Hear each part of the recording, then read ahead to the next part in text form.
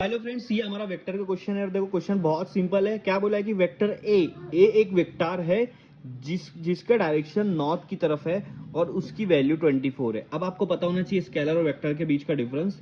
Scalar मतलब जिसमें सिर्फ वैल्यू मायने रखती है, और वेक्टर में वैल्यू के साथ डायरेक्शन भी मायने रखती है। अगर सेम वैल्यू दो अलग डायरेक्शन में है तो मतलब दो अलग वेक्टर है। समझ में आ रहा है? ठीक है।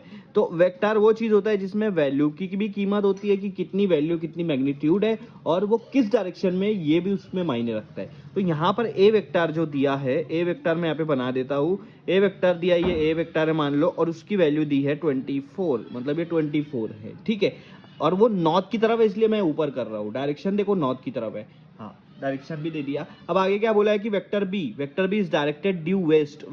वेस्ट कौन सी साइड आता है? ये साइड आता है। तो ए खत्म होने के बाद हमारा बी जो आ रहा है स्टार्ट हो रहा है, और डायरेक्टेड टुवर्ड्स वेस्ट है, इसलिए मैं लेफ्ट साइड बता रहा हूँ। इन दोनों के बीच में 90 डिग्री रहेंगी। क्यों 90 डिग्री? क्योंकि एक नॉर्थ और वेस्ट है, तो नॉर्थ और वेस्ट के बीच में 90 डिग्री का डिफरेंस होता है।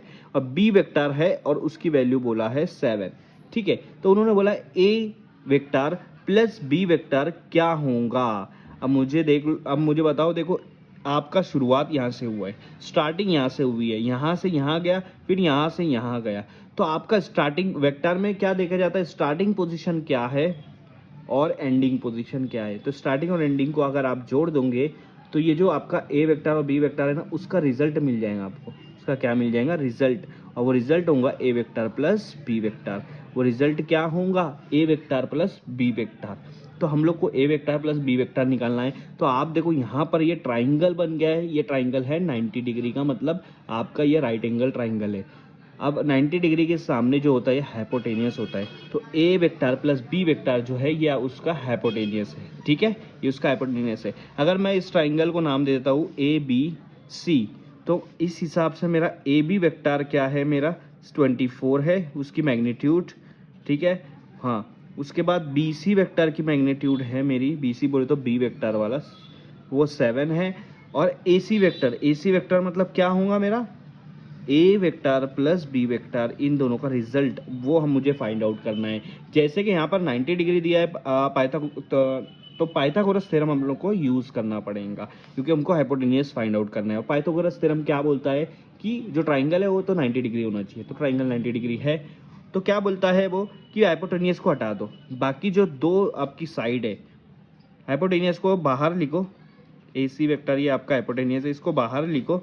और जो दो आपकी साइड है, आपकी साइड कौन सी दो है? ए से बी और बी से सी वेक्टर, ए से बी और बी से सी वेक्टर। ठीक है, मैग्नीट्यूड अभी नहीं लिखता हूँ। A C vector is equal to A B vector plus B C vector. मतलब ए बी वेक्टर और बी सी वेक्टर को प्लस करूंगा तो मुझे ए सी वेक्टर मिलेगा। आप देख लो यहाँ पर। अब आप देखो, बहुत जगह पर रोड होता है कि हमको यहाँ से यहाँ जाना पड़ता है, फिर यहाँ से यहाँ जाना पड़ता है। असल में मैं यहाँ हूँ और मुझे यहाँ जाना है। मैं ए पर हूँ, मुझे जाना है सी पर। बट रास्ता इस तरह से होता है क्योंकि बीच में या तो तालाब होता है या तो फिर घर होते हैं, तो वहाँ से जा नहीं सकता है। लेकिन आपका वेक्टर आपको क्या बोलेगा कि पहली पोजीशन आपकी यहाँ थी, लास्ट पोजीशन आपकी यहाँ थी, तो आपका शॉर्टेस्ट डिस्टेंस डिस्प्लेसमेंट ये है। तो हम लोग को शॉर्टेस्ट डिस्टेंस निकालना है। तो इसके लिए मैग्नीट्यूड के लिए पाइथागोरस थ्योरम यूज करना पड़ेगा।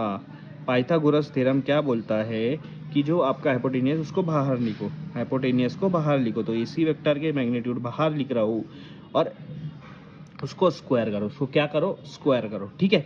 और क्या बोलता है, बाकी जो दो साइड्स है ना आपकी ए वेक्टर, मैं डायरेक्ट आपको यहाँ पर ले लेता हूँ। इसको सी वेक्टर बोलता हूँ, इसको ए वेक्टर, इसको बी वेक्टर। ठीक है। तो सी वेक्टर का स्क्वायर बाहर लिखेंगे, A vector square plus B vector का स्क्वायर। वो क्या बोलता है? हाइपोटेनियस का स्क्वायर, हाइपोटेनियस बाहर लिखो, बाकी दो साइड को साथ में लिखो, उनके ऊपर स्क्वायर करो, उनके बीच में प्लस लगा दो। ठीक है।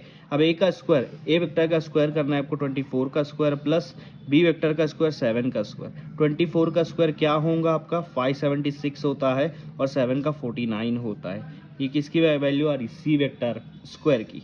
तो 576 प्लस 49 कितना होगा? 625। ये आ गया आपका सी वेक्टर का स्क्वायर।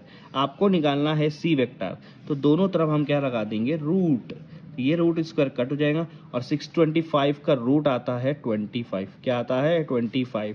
तो इनका जो रिजल्टेंट मिला है ए वेक्टर प्लस बी वेक्टर, जिसको मैं सी वेक्टर बोल रहा हूँ, जिसको ए सी वेक्टर भी बोल सकते हैं हमने, क्योंकि हमने पहले ही बता दिए।